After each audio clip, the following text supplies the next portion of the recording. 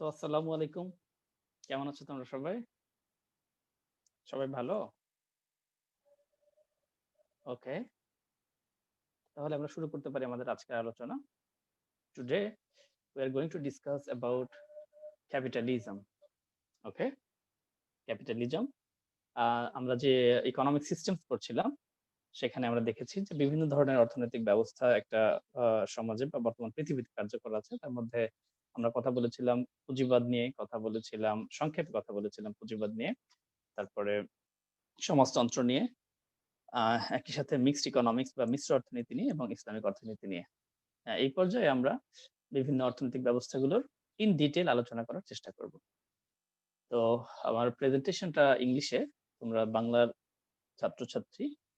তো আমি পুরো আলোচনাটা বাংলাতেই করব। ঠিক আছে? আমি বাংলায় লেকচার নোট দিয়ে দিব, বাট আমার প্রেজেন্টেশন যেটা রেডি করেছি সেটা ইংলিশে আছে। ওকে? কারণ অনেকেরই ইংলিশ এটা প্রয়োজন হতে পারে। আমি প্রেজেন্টেশনের স্লাইডটাও তোমাদেরকে দিয়ে দিব। পাশাপাশি বাংলাটাও দিয়ে দিব। ওকে? তো শুরু করা যাক। ক্যাপিটালিজম বা পুঁজিবাদ হলো এমন এক ধরনের অর্থনৈতিক ব্যবস্থা, যে ব্যবস্থা আহ সর্বোচ্চ ব্যক্তিগত সম্পদের স্বীকৃতি দেয়। এই কথাটাকে যদি একটু ঘুরিয়ে বলি তাহলে বলা যায় ক্যাপিটালিজম বা পুঁজিবাদ বা ধনতন্ত্র হলো এমন এক ধরনের অর্থনৈতিক ব্যবস্থা যেখানে সম্পদের ব্যক্তিগত মালিকানা স্বীকৃত থাকে এবং উৎপাদনের উপকরণগুলোর উপর পরিপূর্ণভাবে ব্যক্তিগত মালিকানা নিশ্চিত থাকে এবং ব্যক্তির স্বার্থে উৎপাদনের উপকরণগুলো ব্যবহৃত হয়। ব্যক্তি নিজের মুনাফা অর্জনের স্বার্থে বা মুনাফা অর্জনের লক্ষ্যে সব ধরনের উৎপাদন কার্যক্রম পরিচালনা করে থাকে। এখানে এরা বলছে capitalism is an economic system based on three basic things. Capitalism হলো এমন এক ধরনের অর্থনৈতিক ব্যবস্থা যেখানে তিনটা প্রধান বিষয়ের উপরে নির্ভর করে যে কাঠামোটা গড়ে ওঠে। এক নাম্বার কি? Wage labour. Number one is wage labour, মানে মজুরি ভিত্তিক শ্রম নির্ধারণ বা মজুরি ভিত্তিক শ্রমের ব্যবহার। ২ নাম্বার প্রাইভেট ওনারশিপ বা ব্যক্তিগত মালিকানা, সম্পত্তির ব্যক্তিগত মালিকানা। ৩ number production for exchange and profit, production for exchange and profit. পুঁজিবাদে পণ্য নিজে ভোগ করার চেয়ে এক্সচেঞ্জ করে প্রফিট অর্জনটা থাকে মুখ্য।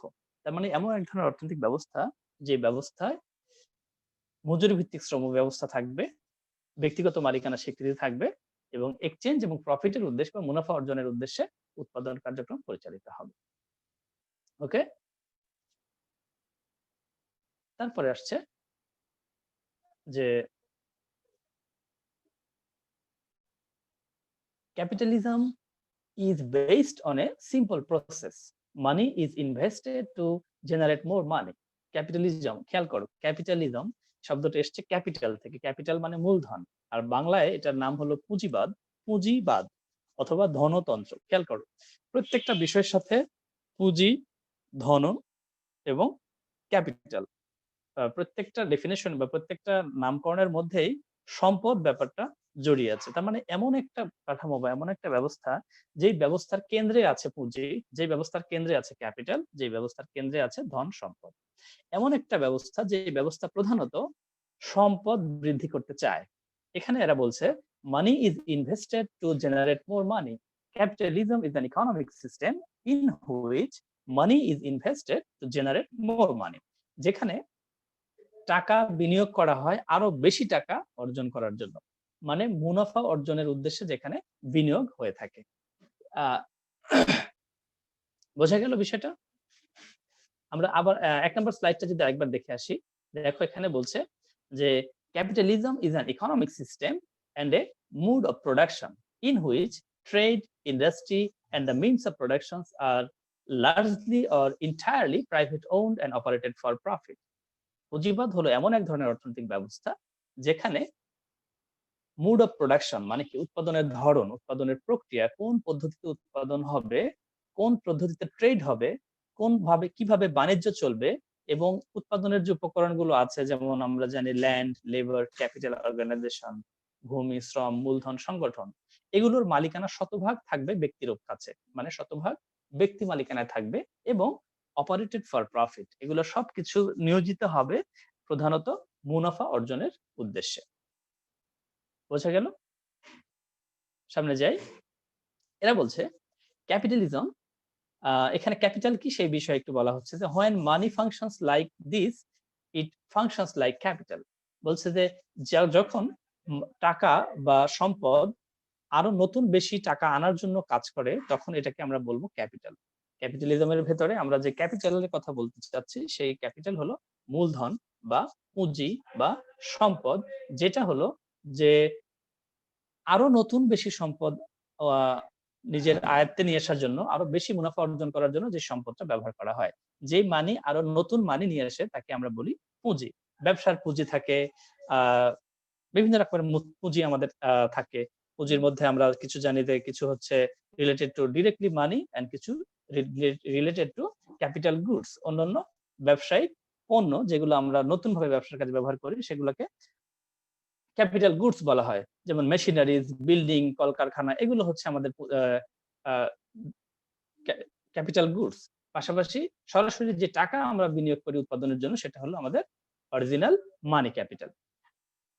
When company uses its profit to hire more staff or open new premises and make more profit, তাহলে ক্যাপিটাল হচ্ছে, এটার আরো একটা চমৎকার সংজ্ঞা আছে, সেটা হচ্ছে যে মূলধন হলো উৎপাদনের সেই অংশ যেটা বর্তমানে ব্যবহার না করে ভবিষ্যতে উৎপাদনের জন্য বিনিয়োগ করা হয়। যেটা বর্তমানে কনজাম্পশন না করে ভবিষ্যৎ উৎপাদনের জন্য পুনরায় বিনিয়োগ করা হয় সেটা হলো মূলধন। এরা এখানে বলছে দেখো যে when company uses its profit, যখন একটা কোম্পানি তার মুনাফা যেটা অর্জিত হয় সেটা ব্যবহার মানে কনজাম্পশন না করে, ভোগ না করে এটা আবার ব্যবহার করে কি করতে?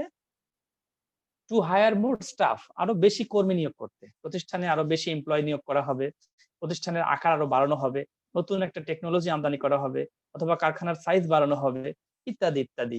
এগুলোর মূল উদ্দেশ্য কি? যেন আরো বেশি প্রফিট অর্জন করতে পারে।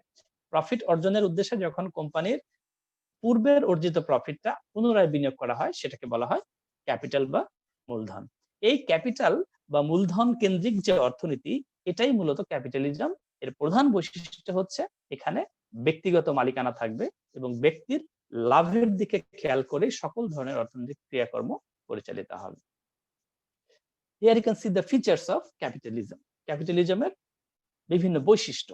একটা পুঁজিবাদী অর্থনীতি হিসেবে ক্যাপিটালিজম বেশ কিছু স্বতন্ত্র বৈশিষ্ট্যের অধিকারী, যেগুলো অন্যান্য যে অর্থনৈতিক ব্যবস্থা আছে, আদার্স ইকোনমিক সিস্টেম, তাদের চেয়ে এর বৈশিষ্ট্যগুলো একটু ভিন্নতর। কি কি বৈশিষ্ট্য আমরা এখানে ধারাবাহিকভাবে সেগুলো নিয়ে কথা বলবো। এক নম্বরে আছে প্রাইভেট প্রপার্টি, ব্যক্তিগত সম্পত্তি, যেটার কথা আমরা অলরেডি বলেছি। Not owned by the government, এমন কিছু সম্পত্তি যেটার উপরে সরকারের কোনো মালিকানা নেই, মানে সম্পত্তির ব্যক্তিগত মালিকানা স্বীকৃত। উৎপাদনের যে উপকরণগুলো আছে, ভূমি, শ্রম, মূলধন, সংগঠন, এগুলোর উপরে সম্পূর্ণভাবে ব্যক্তিগত মালিকানা স্বীকৃত এবং ব্যক্তির মুনাফা অর্জনের উদ্দেশ্যেই এই উৎপাদনের উপকরণগুলো এই ইকোনমিক কাঠামোতে ব্যবহৃত হয়। Individuals own property and resources, প্রত্যেকটা ব্যক্তি সম্পদের মালিকানা লাভ করে এবং বিভিন্ন রকমের রিসোর্স এন্ড প্রপার্টি সবকিছুই তার নিজের আয়ত্তে থাকে। এটা হচ্ছে ক্যাপিটালিজমের প্রধান বৈশিষ্ট্য, যে এখানে সম্পদ শুধুমাত্র ব্যক্তিগত মালিকানায় থাকবে, সরকার ব্যক্তিগত মালিকানার উপরে কোনো ধরনের হস্তক্ষেপ করতে পারবেন। তারপরে যাই আমরা পরবর্তী যে ফিচার আছে সেটা হলো large scale production. Large scale production কেমন? যে বৃহৎ পরিসরে উৎপাদন। তোমরা একটু খেয়াল করলে দেখবে যে পুঁজিবাদী প্রতিষ্ঠানগুলো তাদের আকার সাধারণত বিশাল হয়, খুবই বিস্তৃত হয়। মাল্টিন্যাশনাল কোম্পানিগুলো পুঁজিবাদী কাঠামোর একটা বড় বড় উদাহরণ। এক দেশে বসে থেকে পৃথিবীর অন্য দেশে তারা ব্যবসা করছে। যেমন আমাদের বাংলাদেশের গ্রামীণ ফোন। গ্রামীণ ফোনের কোম্পানি মাদার কোম্পানিটা কোন দেশের? এটা হলো, কারো জানা আছে? বলতে পারো কেউ? না, আবুধাবি না। এটা হলো নরওয়ের একটা কোম্পানি। নরওয়ের কোম্পানি টেলিনর, তাদের সিস্টার কনসার্ন হলো বাংলাদেশের গ্রামীণ ফোন। যেমন এয়ারটেল ইন্ডিয়ান, বাংলালিংক কোন দেশের? হ্যাঁ, ওকে, ফাইন। তাহলে বোঝা যাচ্ছে যে এই সকল পুঁজিবাদী প্রতিষ্ঠানগুলো পৃথিবীর বিভিন্ন দেশে নিজেদের ঘরে বসে থেকে কাজ করে। যেমন আমাদের হোটেল ইন্টারকন্টিনেন্টাল পৃথিবীর অধিকাংশ দেশে একই নামে, একই রকম ডিজাইনে, একই স্ট্রাকচারে তারা চেইন হোটেল পরিচালনা করে। এগুলো একটা পুঁজিবাদী কাঠামোর, পুঁজিবাদী প্রতিষ্ঠানের আ বড় বড় এক্সাম্পল, যেমন একটা আমরা প্রতিষ্ঠানের কথা বলছি, একই রকম করে পুঁজিবাদী দেশের কথা বলা যায়। পৃথিবীতে বর্তমানে সবচেয়ে শক্তিশালী যে সকল অর্থনৈতিক দেশ, তার অধিকাংশগুলোই পুঁজিবাদী অর্থনীতির দেশ। তারা শতভাগ পুঁজিবাদী কাঠামো মেনে নিজেদের ইকোনমি পরিচালনা করে এবং পুঁজির বিস্তারের জন্যই মূলত তারা সব ধরনের আন্তর্জাতিক নীতি এবং আন্তর্জাতিক পদক্ষেপ গ্রহণ করে থাকে।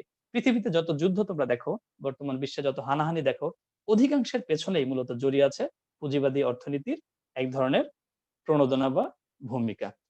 তারা প্রত্যক্ষ না হলেও পরোক্ষভাবে নিজেদের পুঁজির প্রসারের জন্য, নিজেদের মার্কেট বিস্তারের জন্য, নিজেদের পণ্যের জন্য বিস্তৃত মার্কেট তৈরির জন্য তারা বিভিন্ন দেশে নিয়ন্ত্রণ করতে চায় এবং এই নিয়ন্ত্রণের আকাঙ্ক্ষা থেকেই তারা বিভিন্নভাবে যুদ্ধে জড়িয়ে পড়ে বা নিজেদের আয়ত্তে রাখতে চায়। সেগুলো ভিন্ন আলোচনা, আমরা আপাতত থাকি এখানে। আমরা এখানে বলছি যে পুঁজিবাদ বা ক্যাপিটালিজমের অন্যতম বৈশিষ্ট্য হলো large scale production. Capitalism arises as a result of industrial revolution which made large scale production possible. পুঁজিবাদ সাধারণত কখন এসছে? পুঁজিবাদ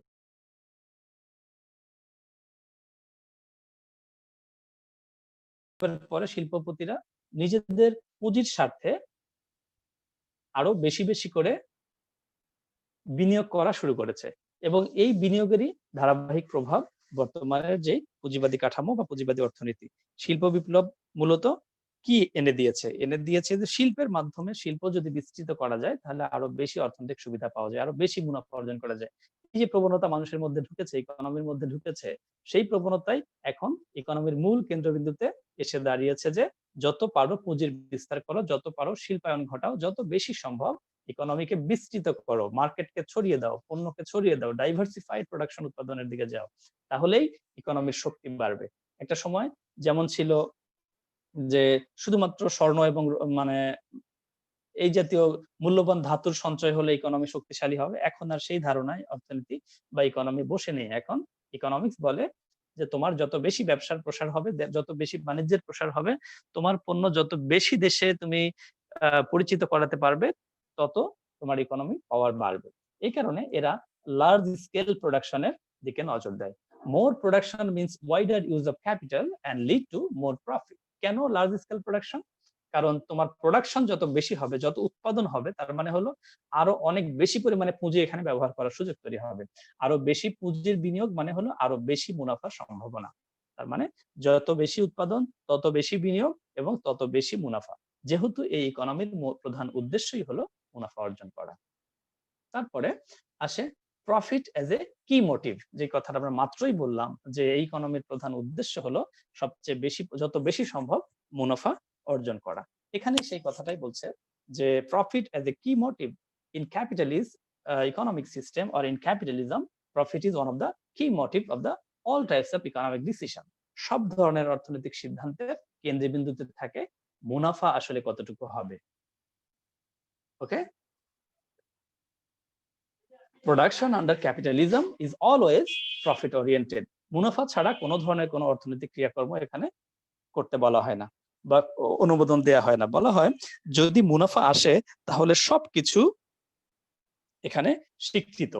যদি তোমার ব্যবসায় মুনাফা আসে তাহলে তুমি তোমার ব্যবসায়িক পার্টনারের সাথে দুই নাম্বারই করবে কিনা, অন্য কোনো প্রতিষ্ঠানকে কোনো একটা সংকট তৈরি করে বিপদে ফেলে দিয়ে তোমার বাজার তুমি নিজের নিয়ন্ত্রণে নিবে কিনা, এগুলো বিষয়ে কোনো ধরনের নৈতিকতার প্রশ্ন এখানে নেই। এখানে প্রধান বিষয় হচ্ছে তোমার মার্কেট ক্লিয়ার করার জন্য, তোমার রাস্তা ক্লিয়ার করার জন্য do whatever you like, তোমার যা খুশি তুমি তাই করতে পারো, কিন্তু শর্ত হলো বছর শেষে যেন তোমার মুনাফা আসে।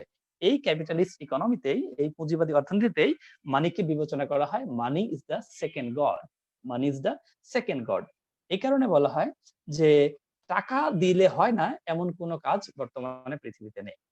ক্যাপিটালিজমের মূল বক্তব্য হলো টাকা দিলে পৃথিবীতে সবকিছু হয়, সুতরাং তোমার কাজ হলো যত বেশি সম্ভব টাকা অর্জন করে। এবং তারা বলেও ইন ক্যাপিটালিজম, তারা বিশ্বাস করে যে মানুষের জীবনের প্রধান লক্ষ্যই হলো কে কতটুকু টাকা অর্জন করতে পারবে, সবচেয়ে বেশি পরিমাণে টাকা অর্জন করা। এখন তোমরা যদি এটা নৈতিকতার প্রশ্নে বিবেচনা করো বা আদৌ এটা ঠিক কিনা, সেই আলোচনা আসলে ভিন্ন, সেই আলোচনা একেবারেই ভিন্ন। এটা নিয়ে আরো বিস্তৃত কথা বলার সুযোগ আছে যে ক্যাপিটালিজম আসলে যেই কথা বলে যে money is the second god, আসলে সেকেন্ড গড কিনা, অথবা মানুষের জীবনের প্রকৃত উদ্দেশ্য হলো বেশি বেশি মুনাফা অর্জন করা, এটাও প্রকৃতপক্ষে লজিক্যাল কিনা বা এটা নৈতিক কিনা এই আলোচনা ভিন্ন। আমরা যদি একটু ভিন্ন দৃষ্টিকোণ থেকে দেখি তাহলে কখনোই এটাকে শতভাগ স্বীকৃতি দেওয়া যায় না। হ্যাঁ, মানুষের জীবনে অবশ্যই টাকার প্রয়োজন আছে। মানুষের জীবনে অবশ্যই মুনাফা অর্জন করার প্রয়োজন আছে। কিন্তু শুধু মুনাফা অর্জন করাই মানুষের জীবনের প্রধান লক্ষ্য নয়। কারণ মানুষ একটা সামাজিক জীব। এই জীব শুধুমাত্র পৃথিবীতে সম্পদ আহরণ করে প্রাচুর্যের মধ্যে জীবনযাপন করে অতি বিলাসী অবস্থান নিশ্চিত করার উদ্দেশ্যে পৃথিবীতে আসেনি। মানুষের বেশ কিছু সামাজিক এবং বিভিন্ন রকমের দায়িত্ব আছে। সেগুলো নিয়ে আমরা পরবর্তীতে কোনো একটা ক্লাসে কথা বলব। তারপরে চলে আসে competition. This is also another important features of capitalism. প্রতিযোগিতা। এখানে তোমরা জানো যে পুঁজিবাদ মুক্ত বাজার অর্থনীতিকে সাপোর্ট করে। পুঁজিবাদী অর্থনীতি মূলত একটা ওপেন মার্কেট ইকোনমি, যে নো ব্যারিয়ার ইকোনমি। কেউ কাউকে কোনো কাজ করতে বাধা দিতে পারবে না। ইকোনমি স্বেচ্ছায় চলবে, স্বেচ্ছায় বন্ধ থাকবে, উৎপাদন স্বেচ্ছায় নির্ধারিত হবে, কতটুকু উৎপাদন হবে সেও নিজে নিজে সিদ্ধান্ত নেবে। মার্কেট কতটুকু চাহিদা হবে মার্কেট নিজে নিজে ডিসিশন নেবে। এবং সকল কোম্পানির মধ্যে, ব্যক্তি বিশেষের মধ্যে একটা প্রতিযোগিতা থাকবে, কারণ কেউ যেহেতু কাউকে বাধা দিতে পারবে না। তুমি এখানে ডাল বিক্রি করছো, আমিও ডাল বিক্রি করব, আরো ৩ জন চাবে, তারাও ডাল বিক্রি করবে। এখন কি হবে? প্রত্যেকের মধ্যে একটা কম্পিটিশন হবে। এই কম্পিটিশনের মাধ্যমে মূলত পণ্য সামগ্রীর প্রাইস নির্ধারণ করা হবে ক্যাপিটালের পুঁজিবাদের মধ্যে। Okay, in capitalism there is extreme competition between capitalist. তোমরা দেখবে যে পুঁজিবাদী কাঠামোর মধ্যে, পুঁজিবাদী প্রতিষ্ঠানগুলোর মধ্যে বিরাট একটা প্রতিযোগিতা সবসময় লেগে থাকে। তোমরা দেখবে যে যমুনা এবং বসুন্ধরা গ্রুপ আজীবনের শত্রু। মুখে মুখে যতই নিজেরা ভালো কথা বলুক বা টেলিভিশনের প্রোগ্রামের দুই গ্রুপের দুই কর্ণধার এসে যতই মিষ্টি মিষ্টি কথা বলুক, কিন্তু তোমরা একটু ভেতরে খোঁজ নিলেই দেখবে যে দুই প্রতিষ্ঠান ব্যাপকভাবে নিজেদেরকে শত্রু মনে করে। বসুন্ধরার টার্গেট থাকে কি করে তারা নিজেদের পণ্যকে যমুনার চেয়ে বেশি মানুষের কাছে পৌঁছাতে পারে। ঠিক অপোজিট টার্গেট থাকে অন্য কোম্পানির ক্ষেত্রেও। পুঁজিবাদী প্রতিষ্ঠানগুলো সবসময় একটা আরেকটাকে নিজেদের শত্রু মনে করে বা নিজেদের প্রতিযোগী মনে করে, এবং তারা ওই প্রতিষ্ঠানকে টেক্কা দিয়ে নিজেদের বাজার নিয়ন্ত্রণ করতে চায়। অনেক ক্ষেত্রে অনেক পলিসি নেয়, নিয়ে তাদেরকে আটকে দেয়। তোমরা যেমন ওয়ারিদ টেলিকমের কথা নিশ্চয়ই জেনেছ, শুনেছ। এটা কিছুদিন আগে বাংলাদেশ, কয়েক বছর আগে বাংলাদেশ এসেছিল। তারা এসেছিল বাংলাদেশকে সবচেয়ে কম রেটে কথা বলার সুযোগ দিবে বাংলাদেশের মানুষকে।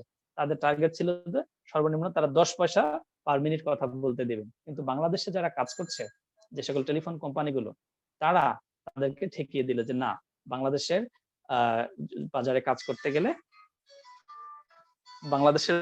করতে গেলে, অবশ্যই তাদেরকে এত কম রেটে ইয়ে করলে হবে না, মার্কেটে তারা কাজ করতে পারবে না। এখানে তোমরা বলতে পারো একটু আগে যে আমরা বললাম ওপেন মার্কেট ইকোনমির কথা, যেখানে কেউ কাউকে বাধা দিতে পারবে না, কিন্তু এখানে দিয়ে ফেললো কেন? কারণ এই টেলিফোন কোম্পানিগুলোর যে আচরণ, এখানে শতভাগ ওপেননেস কাজ করে না। এখানে কাজ করে অনেকটাই মনোপলিস্টিক কম্পিটিশন। ওকে, যাই হোক, তারপরে আমরা সামনে এগিয়ে যাই। এরপরে বলছে প্রাইস মেকানিজম। ক্যাপিটালিজম বা পুঁজিবাদী অর্থনীতিতে প্রাইস একটা গুরুত্বপূর্ণ ফ্যাক্টর। প্রাইস নির্ধারণ করতে মার্কেটের হাতে ছেড়ে দেওয়া হয়। In capitalism the price of a commodity is determined not by the cost of the production but by the law of demand and supply. এখানে তোমার উৎপাদন খরচ কত হলো সেটার দ্বারা পণ্য সামগ্রীর প্রাইস নির্ধারিত হয় না। এখানে প্রাইস নির্ধারণ করা হয় বাজারে পণ্য সামগ্রীর চাহিদা এবং যোগান কত আছে, মার্কেট ফোর্স এর মাধ্যমে, যেটাকে বলা হয় লেজি ফেয়ার বা ইনভিজিবল হ্যান্ড। মার্কেটে বলা হয় যে একটা ইনভিজিবল হ্যান্ড আছে, একটা অদৃশ্য হাত আছে, সেই বাজারে সবকিছু নিয়ন্ত্রণ করে, সে নির্ধারণ করে দিবে পণ্য সামগ্রীর দাম কত হবে। আলটিমেটলি এই অদৃশ্য হাতটাকে, এটা হলো একটা মার্কেট ফোর্স, যে ফোর্স ডিমান্ড এবং সাপ্লাই এর ইন্টারেকশনের মাধ্যমে নির্ধারিত হয়। তার মানে ক্রেতা এবং বিক্রেতা যেখানে সম্মত হয় সেখানেই পণ্য সামগ্রীর দাম নির্ধারিত হয়। ওকে, তারপরে আমরা চলে যাই wage institution. The objectives of the capitalist is to pay as less wages as possible, to take as much work as possible out of him. পুঁজিবাদের নিকৃষ্টতম একটা বৈশিষ্ট্য হলো শ্রমিকদেরকে কত কম মজুরি দিয়ে কত বেশি পরিমাণে কাজ করানো যায়। ওকে, এইটার বৈশিষ্ট্য হলো যে যত কম মজুরি দেওয়া যাবে, উৎপাদনকারীর বা কোম্পানির মালিকের প্রফিট রেঞ্জ তত বাড়বে। এই কারণে তারা সব সময় কম মজুরি দেওয়ার পক্ষে, বেশি মজুরি দিতে চায় না। তোমরা যদি বাংলাদেশের গার্মেন্টস সেক্টরের দিকে খেয়াল করো তাহলে দেখবে যে যদি আমরা গত 10 বছর বা 20 বছরের ইনফ্লেশন ট্রেন্ড বা মূল্যস্ফীতির স্তর খেয়াল করি তাহলে দেখা যাবে যে গার্মেন্টস শ্রমিকদের বেতন না বেড়ে প্রতি বছর কমে যাচ্ছে, প্রকৃত আয় ধীরে ধীরে কমে যাচ্ছে। কারণ কি, যে পরিমাণে পণ্য সামগ্রীর নিত্য প্রয়োজনীয় জিনিসের দাম বাড়ছে সেই মোতাবেক তাদের ইনকাম বাড়ছে না। গ্রস অ্যামাউন্টে কিছু বাড়লেও প্রকৃত আয় যেটা, তাদের টাকার যে ক্রয় ক্ষমতা সেটা প্রতি বছরই একটু একটু করে কমে আসছে। কিন্তু বেতন বাড়ানোর কথা বলো, দেখবে যে বাংলাদেশের গার্মেন্টস মালিকরা কোনোভাবেই মেনে নিচ্ছে না। অথচ এই গার্মেন্টস সেক্টর বাংলাদেশের সবচেয়ে বেশি বৈদেশিক মুদ্রা অর্জনকারী সেক্টর, বাংলাদেশের অর্থনীতিতে সবচেয়ে বেশি ভূমিকা রাখা একটা খাত। অথচ সেই খাতের শ্রমিক যারা, তাদের অবস্থান সবচেয়ে নাজুক। বাংলাদেশে আর কোন সেক্টরের শ্রমিক গার্মেন্টস শ্রমিকদের মতো দুর্বল অর্থনৈতিক অবস্থানে নেই। এটাও একটা পুঁজিবাদী অর্থনীতির গুরুত্বপূর্ণ বৈশিষ্ট্য যে তারা সবসময় শ্রমিকদেরকে কম মজুরি দিয়ে বেশি প্রফিট অর্জন করতে চায়। তারপরে আমরা যাই মানি and credit. Money and credit. In capitalism, institution of credit has become important. Capitalism বা পুঁজিবাদী কাঠামোর মধ্যে ঋণ প্রদানকারী সংস্থা বা ঋণ দানকারী সংস্থা এগুলোর বিরাট একটা ভূমিকা আছে। তারপরে কি বলছে, the capitalists get money on loan and develop their business. কেন গুরুত্ব আছে এই ঋণ প্রদানকারী সংগঠনের? কারণ হলো যেহেতু এই কাঠামোটাই হলো পুঁজিবাদী কাঠামো, এখানে মূল কাজ হলো পুঁজির বিনিয়োগ নিশ্চিত করা। এখন পুঁজির বিনিয়োগ নিশ্চিত করতে গেলে প্রয়োজন কি? বেশি পুঁজি পেতে গেলে তোমাকে লোন নিতে হবে। এই কারণে পুঁজিবাদের মধ্যে লোন দানকারী বা ঋণ দানকারী প্রতিষ্ঠানের ভূমিকা ব্যাপকভাবে লক্ষ্য করা যায়। যেহেতু এই সকল প্রতিষ্ঠান থেকে লোন নিয়ে নতুন করে বিনিয়োগ করে পুঁজির আরো বিস্তার ঘটানো যায় এবং ব্যবসাকে আরো বেশি সামনের দিকে এগিয়ে নেওয়া যায়। এরপরে চলে আসায় laissez-faire or laissez-faire competition, যেটার কথা আমরা কিছুক্ষণ আগেই বলেছি। There is no governmental control over the forces of the production, distribution and exchange. কোন ধরনের সরকারি হস্তক্ষেপ এখানে স্বীকৃত নয়। উৎপাদন, বিনিময়, বন্টন, ভোগ, কে কতটুকু করবে, কোন প্রক্রিয়ায় এগুলো নির্ধারিত হবে, সবকিছু নির্ধারিত হয় একটা মার্কেট ফোর্সের মাধ্যমে। ওকে, এখানে সরকারের কোনো হস্তক্ষেপের স্বীকৃতি দেওয়া হয় না। It is controlled by the forces operating in market. এটা মার্কেটে যে শক্তি, বাজার ব্যবস্থাপনা, সেই শক্তির মাধ্যমে সবকিছু নির্ধারিত হয়। উৎপাদন কিভাবে হবে, কোন কোন পণ্য উৎপাদিত হবে, কি পরিমাণ এটার উৎপাদন হবে, কোন প্রক্রিয়া ডিস্ট্রিবিউটেড হবে, কারা কারা কনজাম্পশন করবে, কিভাবে একজন আরেকজনের সাথে বিনিময় করবে, all things are determined through the market operation. বোঝা গেল? Very good. Okay, there is the advantages of capitalism. পুঁজিবাদ এতক্ষণ আমরা পড়েছি, তার পুঁজিবাদ কাকে বলে, পুঁজিবাদের বৈশিষ্ট্য কি। এবার আমরা দেখব খুবই সংক্ষেপে যে পুঁজিবাদের সুফলগুলো আসলে কি। এখানে বলছে increase in productivity.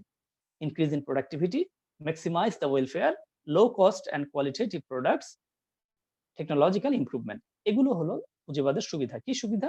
Increase in productivity. যেহেতু এটা ব্যক্তি মালিকানার প্রতিষ্ঠান, ব্যক্তিগত মালিকানায় সবকিছু পরিচালিত হয়। এখন ব্যক্তি তো সরকারের চেয়ে বেশি ক্লোজলি মনিটর করতে পারে তার উৎপাদন প্রক্রিয়া।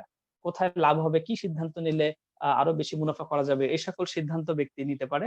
এবং যে সকল শ্রমিক নিয়োগ করেছে, শ্রমিকদেরকে কিভাবে কাজ করালে তারা আরো বেশি উৎপাদন করতে পারবে, সবগুলো ব্যক্তি একেবারে পাশে থেকে গভীরভাবে মনিটর করতে পারে, পর্যবেক্ষণ করতে পারেন। এই কারণে এই পুঁজিবাদী কাঠামোতে উৎপাদনের প্রবণতা বেশি থাকে, কারণ এখানে প্রোডাক্টিভিটি বাড়ে।